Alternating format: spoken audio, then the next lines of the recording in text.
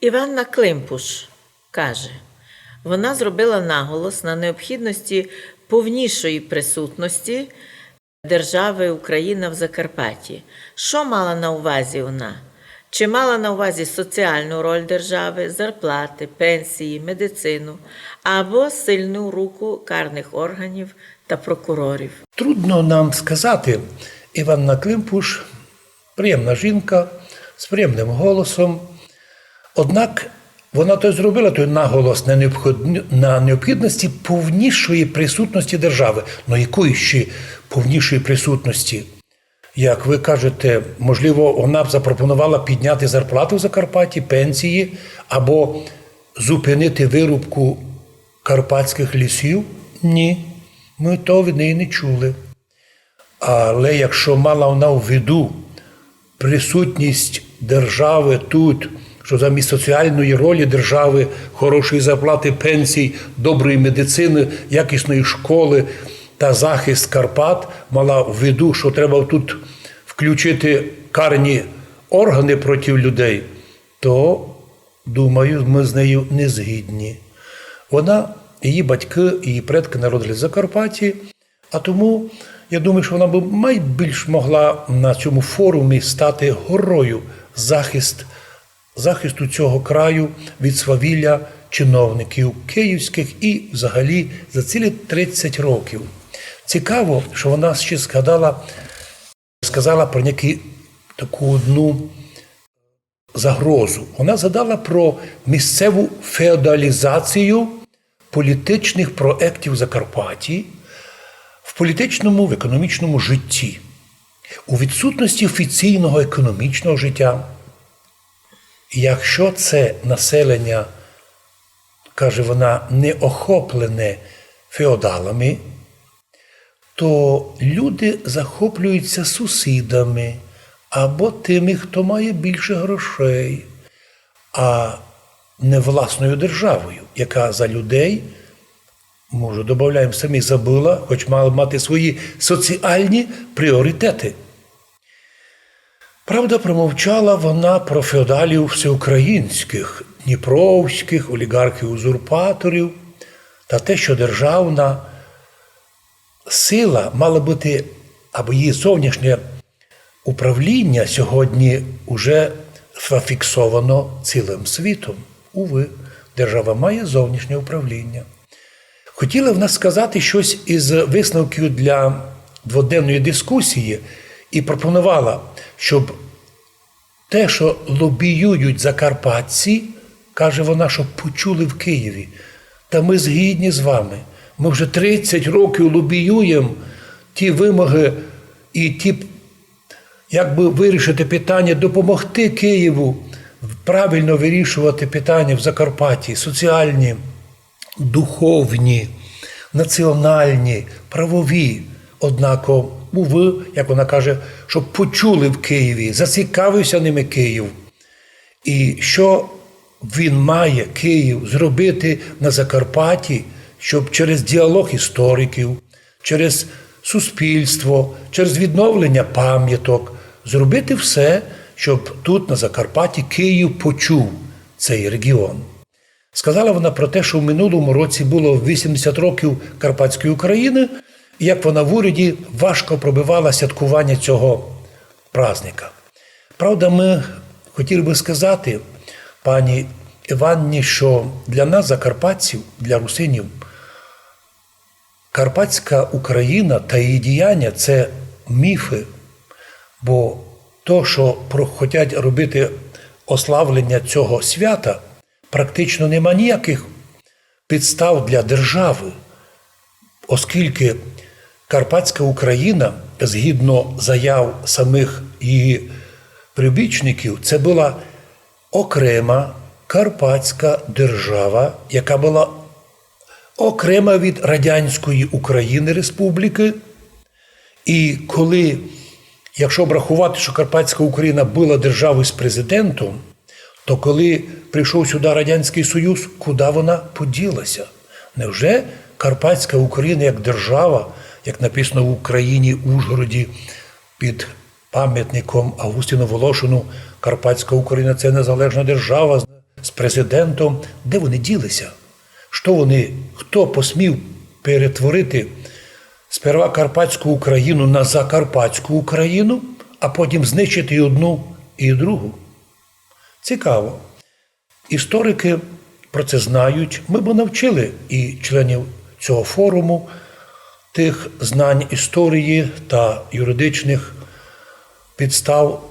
Однак вони не закликали на цей форум нікого із наших, крім таких, які просто були б надійні для їх виступів. Інтересно, що пані Іванна Климпуш, вона, я би сказав, добре говорила, бо вона хотіла, щоб те, що звідси просять, щоб Київ звернув увагу. Але і ми би просили всіх наших, хто в Києві тепер живе, щоб не співали ви там пісню, що русинів в Закарпатті нема. Проведіть незалежний перепис і узнаєте результат. До речі, соціологічні дослідження легко підтвердять, що не 10 тисяч, а мінімум 300, 500, а можливо і 800 тисяч русинів живе в Закарпатті. І це люди, які люблять Україну, які хочуть бути громадянами України, які платять налоги України, які не пускають сюди ні одних із сусідів.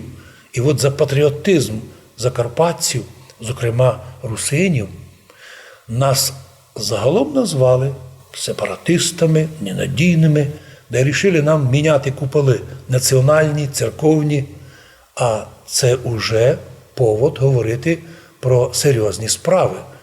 Для чого сюди ці пани прийшли?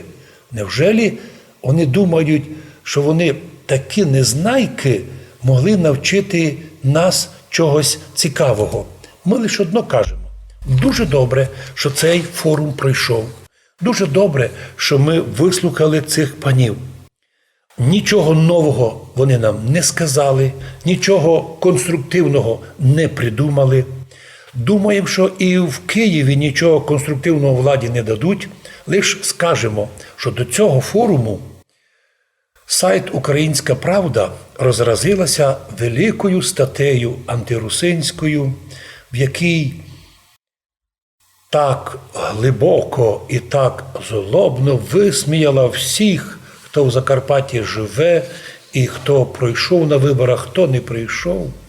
Це видно було, що перед тим, як провести такий, на мою думку, антирусинський форум, потрібно було артилерія інформаційна, щоб приготувати людей до цього форуму. На цьому би потрібно нам закінчити і сказати всім: дякуємо, що ви провели не по нашому запрошенню такий форум. Ми би запропонували тим же інститутам провести повторний такий же форум, але прийняти нас в члени форуму, щоб ми відповіли на питання і самі виробили питання, які потрібно покласти чиновникам у Києві. І головне – нагадати як кіпіанізму, так і всім людям в Україні. Не пробуйте в Закарпатті міняти куполи православні. Бо ще до того часу, як до Закарпаття прийшла радянська влада, на Закарпатті вже були наші прекрасні собори православні з куполами.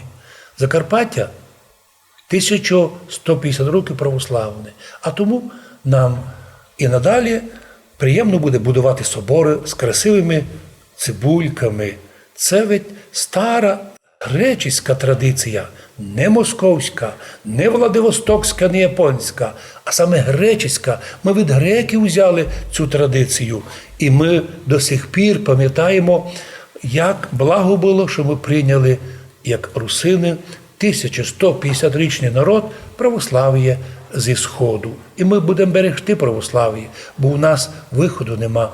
Поки ми з церквою православ'ю, ми діти Божі, котрі тут благословенні і радісні, і наповнені такого оптимізму жити у нашій державі Україна, яку ми будували, за яку ми голосували, краще навіть, чим регіони сусідні.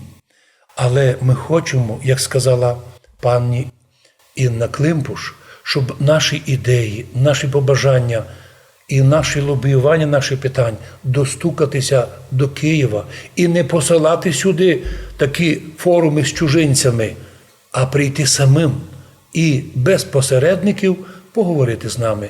Нема в Закарпатті сепаратизму. Ця біль, ця язва лежить лише на совісті спецслужб. Вони фантазьори, їм треба міста великі, кількість партизанів своїх платити. Нема, бо його не потрібно. Ми на своїй живій землі, а тому любимо Україну, любимо українську мову, бережемо русинський язик. І тому дуже би добре було, як писав пан Рябчук, щоб в Україні дійсно, згідно би нового закону, якого або поправками в закон, державна мова українська, регіональна в Закарпатті – русинська. А також для кожної національної меншини бережно Україна має, як держава, берегти їхні мови, так як це робиться у цивілізованому світі. На цьому передача недосказаної завершена. Будьте здорові! Будьте здорові! І, як сказано було з героєм одного із фільму Булгакова, ради Бога, не читайте радянські, сьогоднішні українські газети до обіду, щоб не спортити собі апетит. Бо дуже багато неправди зливається на наше мирне Закарпаття. Вітання всім жителям країни і вітання всім учасникам форуму. Ми не сердимо на вас, не будемо йти у прокуратуру на вас жалуватися, просто ми розуміємо. Ви взялися не за своє, ви не потягнули, заплановане не зробили, а тому я б думав, що і ваші рекомендації влада в Києві не має прийняти до уваги. Будьте здорові!